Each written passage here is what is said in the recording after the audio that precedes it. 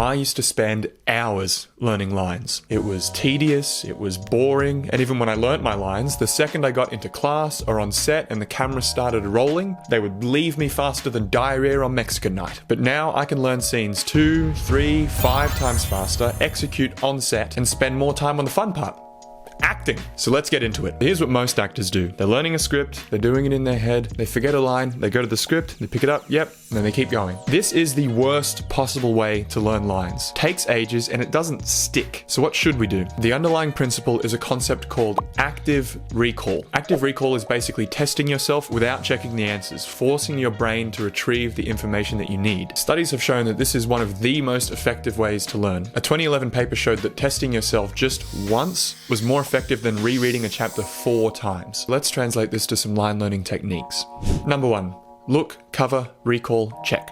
Go through your script, cover up your next line, and try to recall it. Now the most important part is to put a gap between you forgetting your line and you checking the script. This part here, when you're struggling, it can be kind of frustrating. This is when your brain is doing the work. And a lot of people avoid this active recall because it's harder than just checking the answer. But that is why it works so much faster. It's the equivalent of going to the gym and lifting heavy weights for 40 minutes versus going there for 9 hours and lifting a toothpick 10,000 times. Short bursts of more intense work give you more time to play later.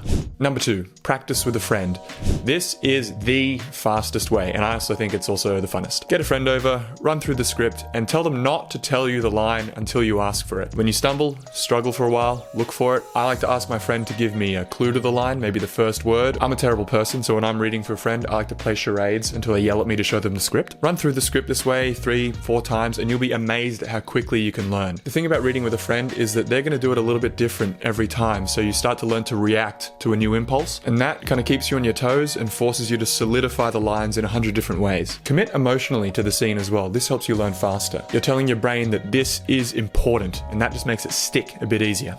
Number 3, apps. This is the second best way to do it if you can't get a friend over. You basically just record yourself saying the other character's lines, and then you listen back to it and try to do your lines in the gaps between. You can just use the stock voice memo app on your phone, but it's not the best way. There are dedicated apps to help you learn your lines as an actor. The one I use is called Line Learner. It's great because it just loops over and over, so if you're going for a drive, you can let the scene run 20 times and learn it really quickly. You can also control the speed, you can increase the gaps between lines, and overall it's just a much smoother experience. The only downside to this method is you have to listen to your own stupid voice a lot. Number 4, get your body involved. If you're only using your mind to learn lines, that's a waste. That's only half of you working on the problem. You also have a body, and that body has muscle memory. So if you're learning a scene and it has physical actions like picking up a cup, for example, just doing that while you're practicing creates these checkpoints in your physical body that help prompt your mind. And mind and body together are a much stronger force than mind alone. Number 5, sleep on it. I learn a script much faster if I read it once before bed 3 nights in a row than if I spend an hour and a half on it in one day. Sleeping is when we make new neural connections, our brain is recharging, it's solidifying the things we've learned that day. So it's better to do a little bit of work every night than to do a lot of work in one day. Obviously, if you have to cram for a scene tomorrow, you gotta do it. But if you have time, make it easier on yourself. Just read it once for 5 nights in a row, however long you have, and you'll be amazed how much faster you'll learn it. Number 6, single letter method. So this one is great for long monologues. I use this to learn a 2-page Richard II monologue in less than an hour. Basically, what you do is you get your monologue and you just write in a book the first letter of every word. I like to include punctuation, so if there's commas, if there's full stops, gaps, I include those too. And then I try to do the monologue, and when I get stuck, I can look at the page and see which letter the next word starts with and force myself to recall the word from there. It's basically giving yourself a series of clues that don't give you the whole solution so that your brain is forced to recall the information, and that solidifies it really, really quickly. So, you know, if we take the most cliche example, to be or not to be, that is the question, I would go TBONTB, comma, TITQ, full stop. And I just write out my whole monologue like that. It works with scenes as well, and it's just a really, really good, fast way to learn a long block of text.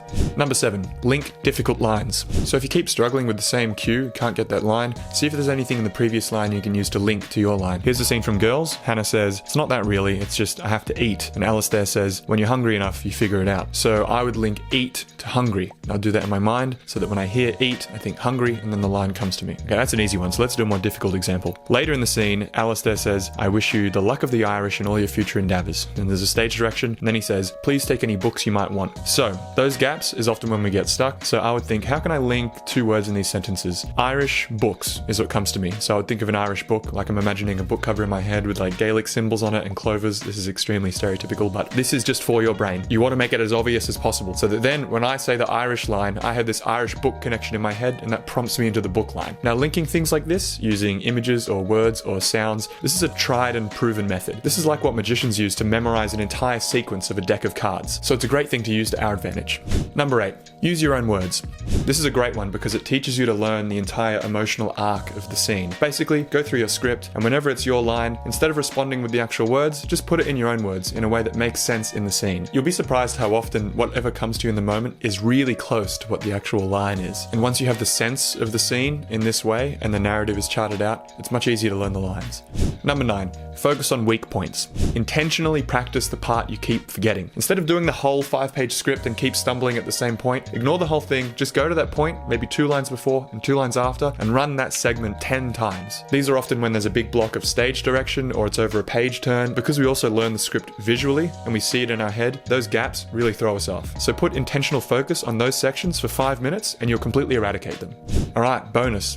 You know when you get on set or you're in class and the other actor throws you a curveball and you just forget everything. This tip can really help you stay in the pocket no matter what they throw at you. So basically, you're just going to practice your scene in a bunch of different ways. I'm talking different accents, do weird inflections in your words to stop yourself getting into one way of saying it, walk around the room, stack chairs on one side of the room, make your bed while you're doing it. You're throwing your body off, you're throwing your voice off to show you that you need to be able to do the lines under any situation. It's also more fun as well. You can have fun, you can get really playful, and you can even get ideas. For example, sometimes I'll do it in American and I'll find a certain strength in it, and I'll be like, okay, I want to keep that strength but in my natural accent. So it's not even just for learning lines, it actually gives you great ideas for character as well. When you first start doing this, you'll start doing it a different way and you'll forget it. That is great because you're forgetting it now in practice instead of on set when you need to execute. And most importantly, it makes you really great to direct because no matter what the director gives you, you can take it in and you can run with it. And directors love to work with actors like that. And that's it. I would love for you to let me know in the comments what works for you, if you have any of your own techniques. If you like the video, please like it, subscribe, it really helps me out. Thank you so much for watching. And as always, fuck, these planes are killing me, man.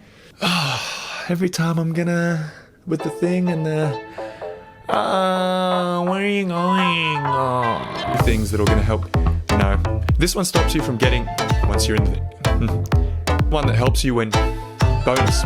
You know when you get, I am going to leave now, okay? That's really cringe.